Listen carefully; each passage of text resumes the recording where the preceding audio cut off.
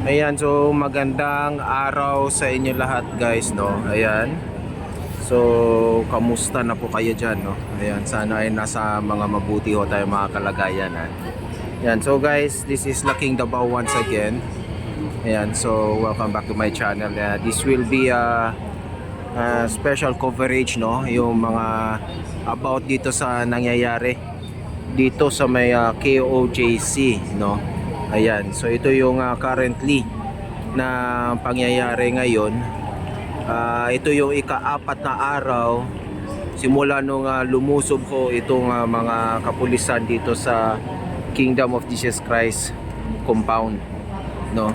Ayan, so ngayon meron ng TRO ang Regional Trial Court at meron ng memo nga na pinapaalis na, no? Pinapa-remove na lahat ng barikada or what or something distraction sa mga sa kalsada at ito pati na tong mga pulis na pwede na silang umalis dito, no? Ayan, so ngayon ito na ho yun sila, no? Yung unti-unti na hong lumalabas yung mga pulis. Kaya lang ang problema kasi nito guys, parang hindi pa nila alam. May nakausap tayo kanina na isa sa mga miyembro at saka naitanong niya sa isang pulis na isang ano yata, no, isang high class officer din. Hindi pa nga daw nila alam kung anong gagawin dahil noong pagkalabas ng order mula sa Regional Trial Court ay biglang, no, nawala ng parang bulatong si Torre, no, yung nagpasimuno ng itong raid na ito. Kaya sila nag-aantay pa dito kung ano yung next order, no? Ayan. So ito ang mga kaganapan ngayon. Actually, meron pa ring mga pulis na naka barikada doon banda, no? Yung open, bukas na po tong Philippine-Japan Friendship Highway, no, or yung kilala natin dito sa Davao na CP Garcia Highway. Ayan, bukas na ho sa publiko at sa mga motorista. Kaya lang yung going southbound lang yung open na lane. Dito lang naman sa may bandang harap lang ng nitong compound ng KOJC, no. At dahil meron pa ring nakabarikada ng mga pulis diyan at makikita nyo dito. Ayan, no, na nakaharang pa rin sila sa daan, no, yung sa daan na going northbound. Ayan, no. No, actually dapat bawal na yan dahil mayroon ng court order nga, no, na tanggalin ang mga kung kahit anong klaseng barikada, no. Ayan, so I don't know kung anong inaantay pa nila, no. So ito naman yung mga ibang pulis dito, nakaabang lang. Ayan, nakakaupo na yung iba. Makikita natin dito yung mga pulis guys, no. Kanina guys, nakakita, ang dami ko nakita mga pulis. Yung dating nila, itsura nila pagod na pagod, no. Antakin nyo, 4 na araw sila dito.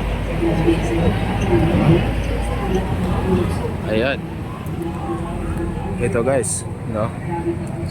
So dito tayo banda sa may Waxis. Ayan, ito yung mga ibang miyembro ng KOJC.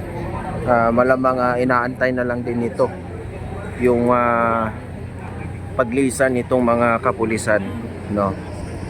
Ayan, syempre parang para sa kanila, no, hindi pa yan sila magiging kampante dahil meron pa silang nakikitang mga kapulisan sa ano. Pero actually guys, yun yung believe ko dito sa mga KOJC members or kahit anong ano dito guys, no. Dun sa loob meron rin tayong nakikita pang mga pulis, no. Ayan, ito.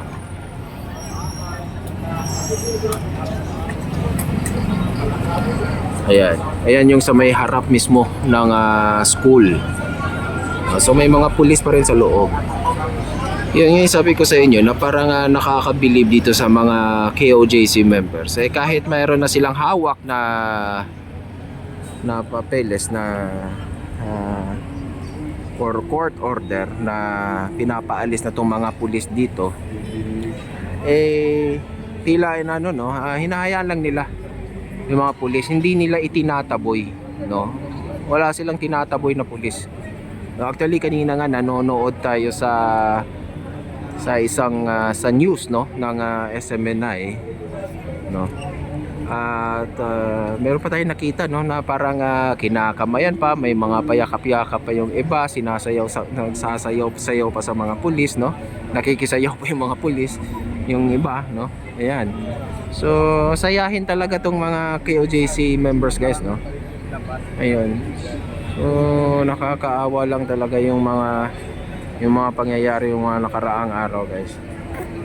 No? Kung makikita mo, pinakita ng KOJC members yung maximum tolerance nila na ano.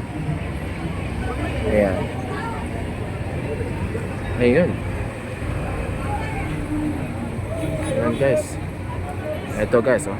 Patuloy pa rin sa pagdadasal itong KOJC member dito sa may isa sa mga gate ng nitong KOJC compound, no?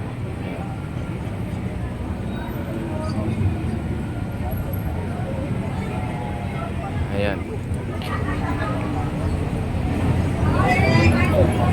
Ayan. Kasi meron pa kasi dyan sa may harap nila, may mga nakaharang pa ng mga pulis. Ayan. No. Meron pa ano eh. So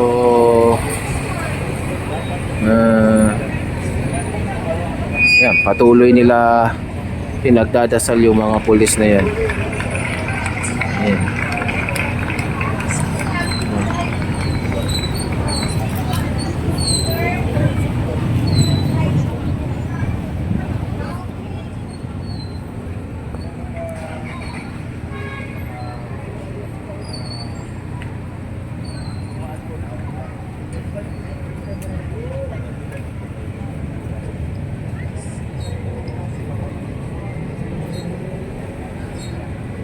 Naabutan tayo kanina ng pagkain at tubig, pero hindi ko naman tinanggap kasi hindi naman tayo miyembro or tayo ay namasyal lang dito.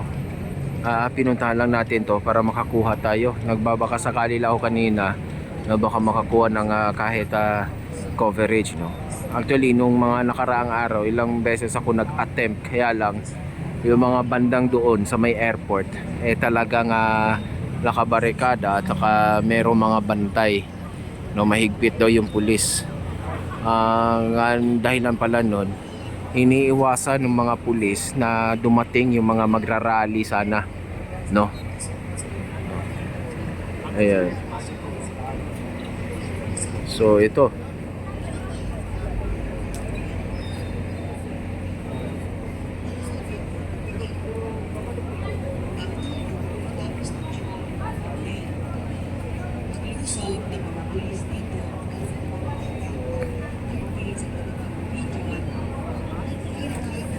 siguro abang-abangan natin to hanggang tignan natin kung tuluyan bang magsisialisan tong mga pulis. Libo-libo, ang dami nila, guys, no. Ang dami talaga ng pulis pala, sobra. Kahit ba sabihin nating 30 hectare compound, maghahanap ka ng yung tao na, no, mga 6 yata na tao yung hinahanap nila. Ayan, sobrang dami to na pulis. Ngayon lang tayo nakakita sa history ng Pilipinas na mag-serve ng warrant ay 3,000 katao na pulis ang kailangan, no. Hindi ito ginawa dati sa kapanahunan nung aristuhin nila si Ampatuan, no, kung naalala ninyo. Yun talagang meron yung mga private army at meron yung mga pero hindi ganito kadami yung pulis na umano doon kay Ampatuan. no. Ito namang sa KOJC, isang ano, ang makakaharap mo lang dito, makakasalubong mo lang dito ay mga, ito nga, mga bata, iba. Halos lahat mga bata, tsaka puro halos lahat babae, no. Ayan, at walang mga armas yan, at walang mga kahit ano, no. Ayan. Pero ginamitan nila ng ganitong klaseng puwersa. Yun ang hindi mo maintindihan, no. Yun ang hindi natin maintindihan talaga kung bakit ganito, no? Ayan. Bakit yung paghuli kay Ampatuan hindi nila ginamitan ng ganitong klaseng puwersa, na malamang yung si Ampatuan ay ang daming ano nun, di ba? At marahas yun sila, kita mo na may mga pinagagawa nun. Ayan. Ito.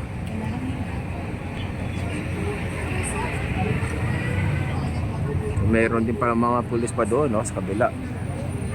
Saan? Ayan.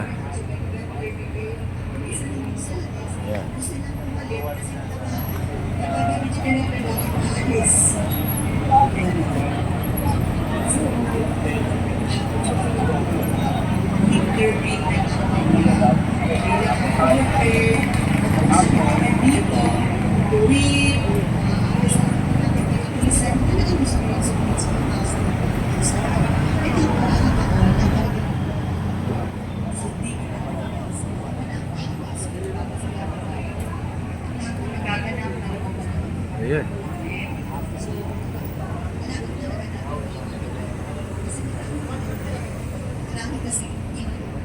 Mukhang walang plano pa umalis ang mga kapulisan dito, no. Ayan.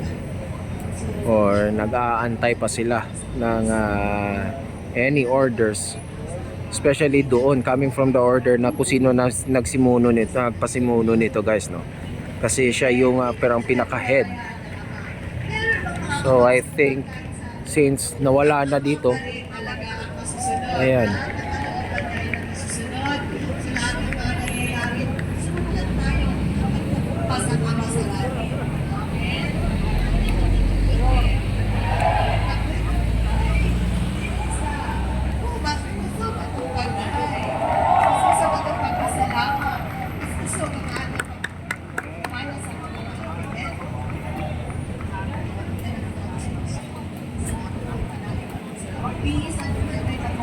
magpasalamat pa sa Aman.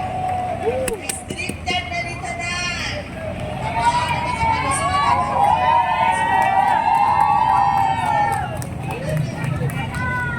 Uwi na.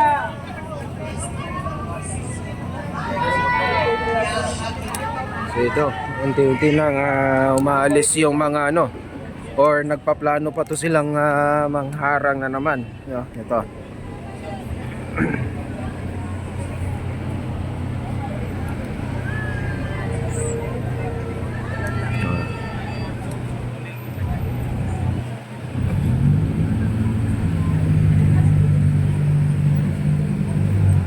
Merong mga pulis na mababait, meron din mga pulis na mga may dating, no? May parang mayabang ang dating.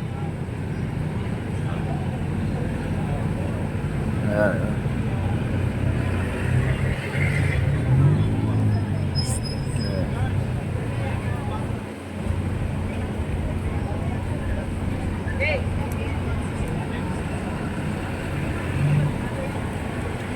So ito, no. Ayan, guys, no. So inaabangan lang talaga din ng ibang KOJC members dito na kung ano, kailan na to yung tuluyang lumisan tong mga pulis na ito. Kasi dapat niya na nagdadahan-dahan na to sila naghahakot dahil meron nang court order.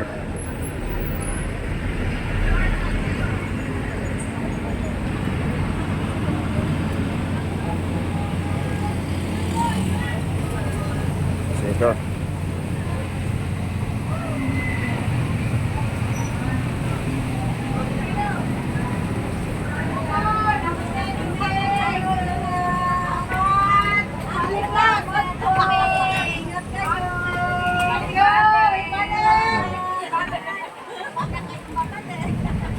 Kita nyo?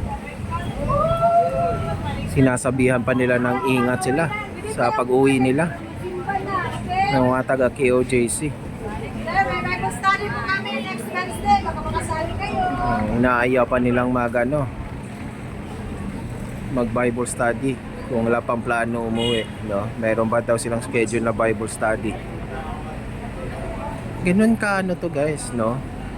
Ang karamihan sa kanila puro babae, no? Ayan, halos lahat babae, kukunti lang. Kung meron mga lalaki, may edad. Hindi kailangan gamitan ng ganitong klaseng pwersa itong ganitong klaseng ano guys. Saka mga bata pa, no? Yung mga iba.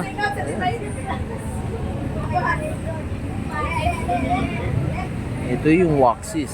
Ayan.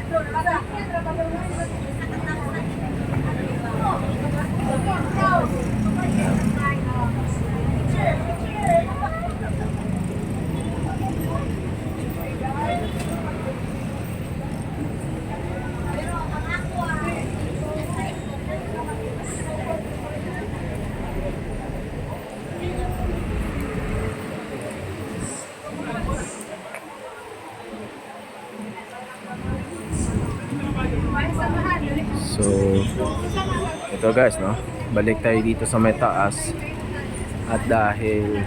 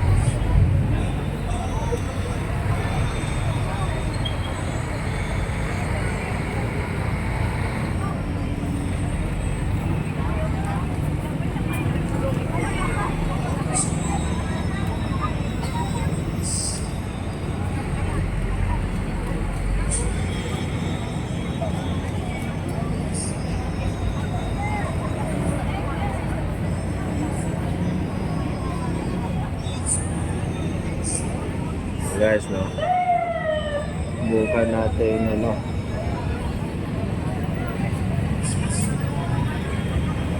Mukhang na-occupy ng pulis yung doon sa kabila rin, no? Ayan. Yung iba nandoon sa kabila nagmamahinga. Ayan.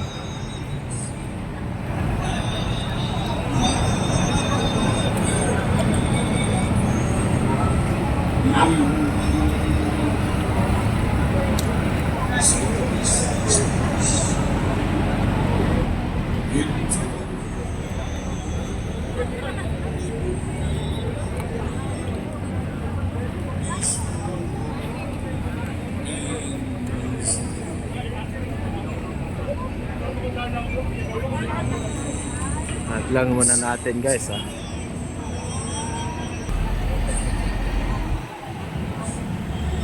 So ito guys.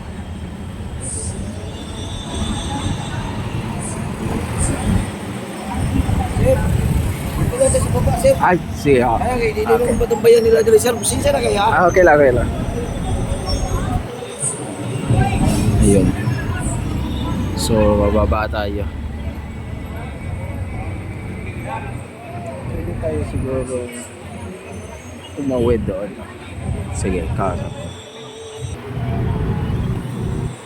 So, ito. Tawid tayo guys kasi ano, no? Lipat tayo sa kabilang kalye. Dito tayo.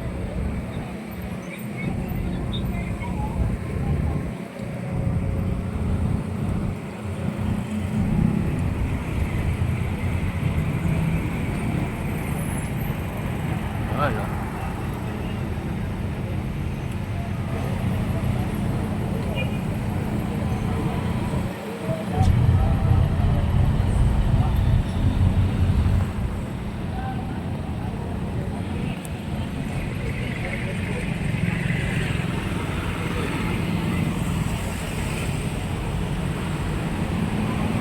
So babalik tayo dito.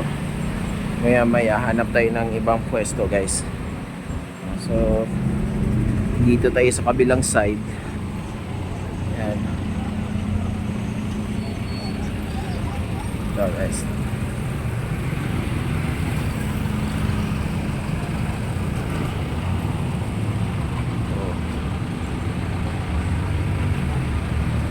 So ito no.